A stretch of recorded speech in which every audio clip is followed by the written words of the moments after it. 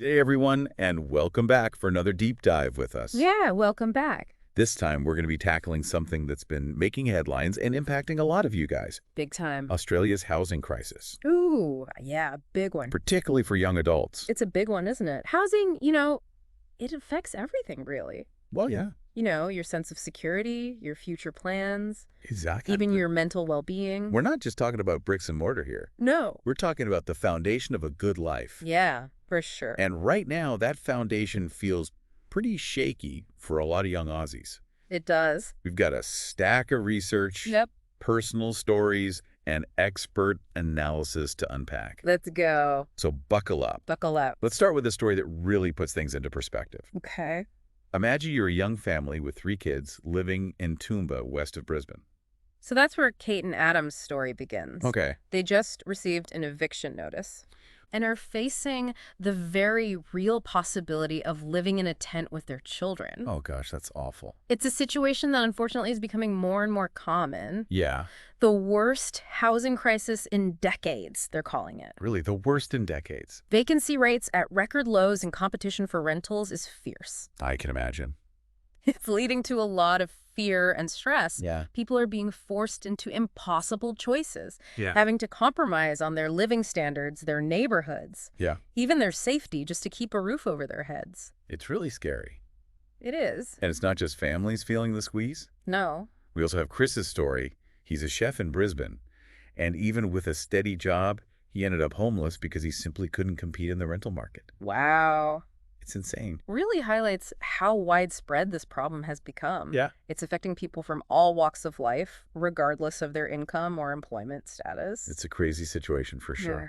So what's at the root of this crisis? Yeah. Our experts at SF Capital, they identified 4 key drivers that are creating this perfect storm. Oh, wow. So the first one they point to is the skyrocketing cost of buying a home. Makes sense. It's pushing more and more people into the rental market for longer periods. Yeah. This increased demand, of course, only fuels the competition for rentals. Of course. And then there's the chronic underfunding of social housing. Yeah.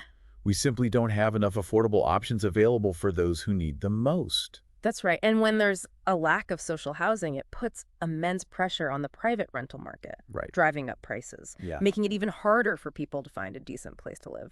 Absolutely. On top of that, we've had a surge in immigration after COVID, Right. which is great for the economy, Yeah, but also puts added pressure on the housing market. absolutely. More people means more demand for housing. Yeah. And if we're not building enough homes to keep pace, Yeah. it's going to lead to shortages and increased competition. Yeah, makes sense. Hmm. And the final factor, which might surprise you, is shrinking household sizes. Okay. More people are living alone or in smaller groups, which means we need more dwellings overall. It's a combination of changing social trends, people working from home needing more space, Yeah. and perhaps a desire for more privacy and independence. It all adds up to a pretty challenging situation, especially for young adults. For sure. They're facing this triple whammy of high prices, fierce competition, and a lack of affordable options. Struggling to enter the housing market, Right. delaying major life milestones Yeah. like starting families or investing in their future. It's tough. It's creating this sense of uncertainty and anxiety about what their future holds. And it's also putting a huge strain on their mental health and well-being. Yeah. The constant worry about finding and keeping a roof over your head, Yeah. not to mention the financial stress of rising rents. Of course. It takes a toll. It's like this invisible weight they're carrying. Yeah. This constant pressure that makes it difficult to focus on other aspects of their lives. Let's break down some of the data to illustrate just how dire the situation has become. Okay. Since 2019, the median rent has jumped a whopping 40%. Wow. 40%. Yeah, That's significantly outpacing income growth, right. meaning people are having to spend a larger portion of their earnings just on keeping a roof over their heads. That's not good. Yeah. And what's even more concerning is that a median income household can only afford about 39% of the rentals out there. Really? That means over 60% of rentals are simply out of reach for the average Aussie family. Wow. And for the lowest 20% of income earners, Yeah. experts say there are literally 0 affordable rental options available. That's insane. Those stats paint a pretty bleak picture. Yeah, they do. And those record low vacancy rates we keep hearing about just highlight how tough it is to even find a place, let alone an affordable one. Totally. The Housing Industry Association, or HIA, Yeah. estimates that we're currently short about 60,000 homes. Wow, that's huge. That's a significant shortfall, and it means we're not building enough homes to keep up with the demand. Not even close, it sounds like. This isn't just about numbers on a spreadsheet. No. We've heard some really powerful personal stories that really bring this crisis to life. Yeah. One that sticks with me is Sam's experience. Okay. He's a renter in Brisbane, and during the summer, his house got so hot he could barely function. Oh, wow. He described living with a fan constantly blowing on him just to cope with the heat. Oh, gosh. It's a reminder that even when people do manage to find a rental, the conditions aren't always ideal. Yeah. And in some cases, they can be downright unsafe. Right. We came across a report about a tent fire in a Brisbane park, which tragically highlighted the risks faced by people forced into such precarious living situations. Oh, it's awful. It's a stark reminder of the human cost of this crisis and the vulnerability of those who are being left behind. Yeah, for sure. And it's not just confined to major cities. This crisis is impacting people all across Australia. We read about a growing number of people, including those with full-time jobs, who are at risk of homelessness. It's a sobering thought. It really challenges the assumption that if you work hard, you'll be able to secure a safe and stable place to live. So where do we go from here? Wow. It can feel pretty overwhelming, but there are some potential solutions out there, both for individuals and on a policy level. Okay. Let's dig into those in the next part of our deep dive. Sounds good. It's hearing those stories like Sam's and Chris's, it really brings home the human cost of this whole crisis. Yeah. We can get caught up in all the statistics and the data and things like that. For sure. But it's important to remember that behind every data point, there's a real person struggling to make ends meet. Absolutely. And it's easy to feel overwhelmed by the scale of the problem. Right. But I think focusing on those individual stories can really help us to understand the very real impact this is having on people's lives. Yeah, and it's not just individuals who are affected. Yeah. This housing crisis is having ripple effects throughout our whole society. Absolutely. We're seeing increased pressure on our social services, rising levels of homelessness, and a growing sense of inequality. And it's even affecting the choices young people are making about their future. Oh, yeah. Like, many are putting off starting families, investing in their education, or pursuing those career goals Right. because they're simply too preoccupied with finding and keeping a roof over their head. It's creating this almost like this generational divide where young people today are facing challenges that previous generations just didn't have to contend with. That's true. The dream of homeownership, once considered a rite of passage for Aussies, now feels like a distant and unattainable goal for a lot of people.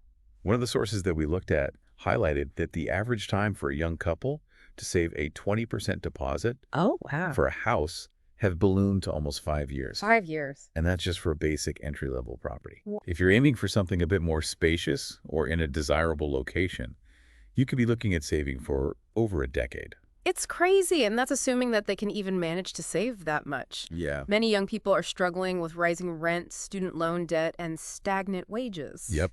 It's a perfect storm that makes saving for a deposit feel like an insurmountable hurdle. It does feel impossible, doesn't it, for a lot of people? Yeah, it's no wonder so many young people are feeling disillusioned and disheartened. Yeah. They're being told to work hard and save for their future, but the goalposts keep shifting, Yeah. and the dream feels further and further out of reach. So what can be done? Yeah, it's a good question. There's no easy fix. But our experts at SF Capital did offer some practical tips for young adults navigating this challenging market. Okay, some tips. I like tips. So one strategy they recommend is rent vesting. Rent vesting. Have you heard of this? I have heard of it. Yeah, it's becoming more and more popular. Yeah. Essentially, it involves renting in your desired area while investing in a more affordable property elsewhere. Okay. So it allows you to potentially enter the property market sooner, build equity, and generate rental income. So you're basically playing the long game. You're getting the lifestyle you want now, but you're also taking steps to secure your financial future. And while it's not without its risks, Right. it can be a viable option for those struggling to save a deposit for a home in their preferred area. Definitely. Yeah. And they also emphasize the importance of maximizing your earning potential, Yeah. whether that's through upskilling, pursuing career advancement opportunities, or simply negotiating a better salary. Every little bit helps. It's about taking control of your financial situation Yeah, and exploring ways to increase your income so you can better manage those housing costs. for sure. And don't forget about government assistance Oh, programs. yeah, good point. There are first home buyer grants, stamp duty concessions, and other schemes designed to help people enter the property market. Definitely worth researching those options and seeing if you qualify for any assistance, Yeah, they can make a real difference. especially when you're trying to scrape together a deposit. And then there's the bank of mom and dad, Yeah, the bank of mom and dad. or the option of family guarantees. I know it's not ideal, Yeah, and not everyone has access to this kind of support, but it is a reality for many young people trying to get a foot on the property ladder. it's true. It's important to approach this with caution, though. Right. There are potential downsides and ethical considerations, so it's crucial to have open and honest conversations with family members about expectations and responsibilities. Definitely good advice. Perhaps the most powerful piece of advice they offer is about shifting your perspective. Okay. Instead of fixating on the ideal home or location, consider exploring alternatives that might be more attainable. Right. Could a smaller home, a unit, instead of a house or a location slightly further from the city center, still provide a good quality of life? It's about being flexible and adapting to the current market realities. Maybe that means reevaluating your priorities, considering a different type of property, or even thinking outside the box in terms of location. It's about finding those creative solutions that work for your individual circumstances Yeah. and recognizing that happiness isn't solely dependent on ticking all the boxes on your dream home wish list. And it's not just about individual actions. We need to address those systemic issues that are fueling this crisis. Right. That's where government policies and industry reforms come into play. The HIA, for example, has been vocal about the need for tax reforms Yeah. to make housing more affordable and accessible. They argue that current policies are inefficient and contribute to the high cost of housing. Makes sense. They specifically called for a simplification of stamp duty, which is a significant upfront cost Yeah. that can deter first-time buyers. Especially first-time buyers. They argue that reducing or restructuring stamp duty could make a real difference in affordability. Yeah, for sure. And they've also been pushing for increased federal investment in infrastructure to support new housing projects. This includes things like roads, public transport, and utilities, which are essential for creating new communities and increasing housing supply. It's about creating the conditions for developers to build more homes, Yeah. which in turn could help to ease the pressure on the market. Exactly. And perhaps their most important call to action is for bipartisan political cooperation. Okay. They want to see all levels of government working together Yeah. to prioritize housing supply and address this issue as a national priority. It's about recognizing that this crisis transcends political ideologies Totally. and that a unified approach is needed to find those long-term solutions. Absolutely. It's also about recognizing that this crisis affects us all, Yeah. not just young adults. It's impacting families, communities, and the very fabric of Australian society. We need to have a national conversation about how we want to address this issue Yeah. and create a more equitable and sustainable housing system for everyone. One aspect of this conversation that we need to address is the impact of population growth on the housing market. You know, Australia has a long history of immigration. Yeah. And it's been a key driver of our economic growth and cultural diversity. For sure. However, we also need to be mindful of the strain that rapid population growth can place on our infrastructure and resources, including housing. Yeah, we've seen how a surge in immigration can exacerbate the housing shortage, Right. particularly in major cities where demand is already high. Of course. And it's not just about housing. We also need to consider the impact on our schools, hospitals, transport systems, and other essential services. It's a delicate balancing act. It is. We want to welcome newcomers, Yeah, benefit from their skills and contributions. for sure. But we also need to ensure that we have the infrastructure and resources in place Right. to support a growing population without putting undue pressure on existing communities. It's about finding a sustainable approach to population growth, Yeah. one that considers both the economic benefits and the social and environmental impacts. It's a complex issue with no easy answers, True. but it's a conversation we need to have. And it's also about planning for the future. Yes. What kind of Australia do we want to see in 20, 30, 50 years? Yeah, what kind of housing will we need to accommodate a growing and aging population? What kind of communities do we want to build? These are big questions, They are. but they're questions we need to start asking ourselves now. Now. We can't just keep kicking the can down the road and hoping that the problem will magically solve itself. One of the sources we looked at, the World Socialist website, highlighted a particular group Okay. who are feeling the brunt of this crisis. Right. Those relying on welfare payments. Yeah. They're facing severe rental stress, Oh, absolutely. often having to choose between paying rent and putting food on the table.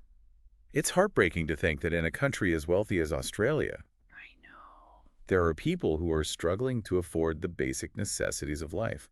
And it's not just those on welfare. No. We've heard stories of people working full-time Right. who are still struggling to make ends meet. Yeah, it really challenges the notion that if you work hard, you'll be able to secure a decent standard of living. For sure. The system isn't working for everyone, and we need to acknowledge that. Absolutely. It's a stark reminder that this crisis is not just about numbers or statistics. No. It's about real people, Yeah. real families, real lives that are being affected. Yeah. We need to find a way to create a more just and equitable society Yeah. where everyone has the opportunity to live with dignity and security. It's a challenge, but it's also an opportunity. Yeah. We have the chance to rethink our approach to housing, to build a system that is fairer, more sustainable, and more responsive to the needs of all Australians. It's going to take a collective effort from individuals, communities, industry, and government The big one. to make this happen. But I believe that if we work together, we can create a better future for everyone. Yeah, for sure. We'll wrap up our deep dive in the next part with some final thoughts and calls to action. Sounds good. Stay tuned. We've covered a lot of ground in this deep dive into Australia's housing crisis. It's a complex issue Yeah. with no easy answers. So easy answers. I think it's fair to say that we've also uncovered some reasons for hope. I agree. While the challenges are significant, Yeah, there's a growing awareness of the issue and a determination to find solutions. for sure. We're seeing innovative ideas emerge, communities coming together, and a push for more effective policies. One thing that really struck me was the HIA's call for bipartisan cooperation. Oh, yeah. Imagine if our political leaders could set aside their differences and work together on this issue. It would be amazing. It could be a real game changer. It could. Housing shouldn't be a political football. No. It's a fundamental human need, and it deserves a unified approach. Absolutely. We need to see a commitment from all sides of politics to prioritize housing affordability and accessibility. And while we wait for those big policy shifts, Right. it's encouraging to see what's happening at the grassroots level. Yeah, what's happening there? We came across a story about a company in Queensland that's building affordable prefab homes. They're using innovative construction techniques and sustainable materials to create high-quality, energy-efficient homes at a fraction of the cost of traditional building methods. That's awesome. It's a great example of how creative thinking and a willingness to challenge the status quo Yeah. can lead to real solutions. Totally. And it's not just about building new homes. No. There are also groups advocating for increased social housing, Yeah. stronger tenant rights, and better support systems for those struggling to afford a place to live. These advocates are raising awareness, Yeah. pushing for change, Right. and making their voices heard. Yeah. It's a reminder that we all have a role to play in addressing this crisis. We do. Even small actions can make a difference. Absolutely. So speaking of action, what can our listeners do to contribute to positive change? That's a great question. First and foremost, stay informed. Keep learning about the issue, follow the news, and engage in conversations about housing affordability. Yeah, great advice. Share this deep dive with your friends, family, and colleagues. Get it out there. The more people who are aware of the problem and the potential solutions, Yeah, the better equipped we'll be to advocate for change. for sure. And don't forget to subscribe to our YouTube channel for more deep dives on important topics. Please do. And we'd love to hear from you. Yeah. Share your thoughts, experiences, and questions in the comments section. We read them all. We do. We love them. We'll be doing a follow-up episode on this topic. Okay, great. And your input will help us shape the discussion. Awesome. So remember, this isn't just about finding a roof over your head. No, it's not. It's about creating a society where everyone has the opportunity to live with dignity and security. I like that. We can create a better future for all Australians if we work together. We can. Thanks for joining us on this deep dive. Until next time. See ya. Ho.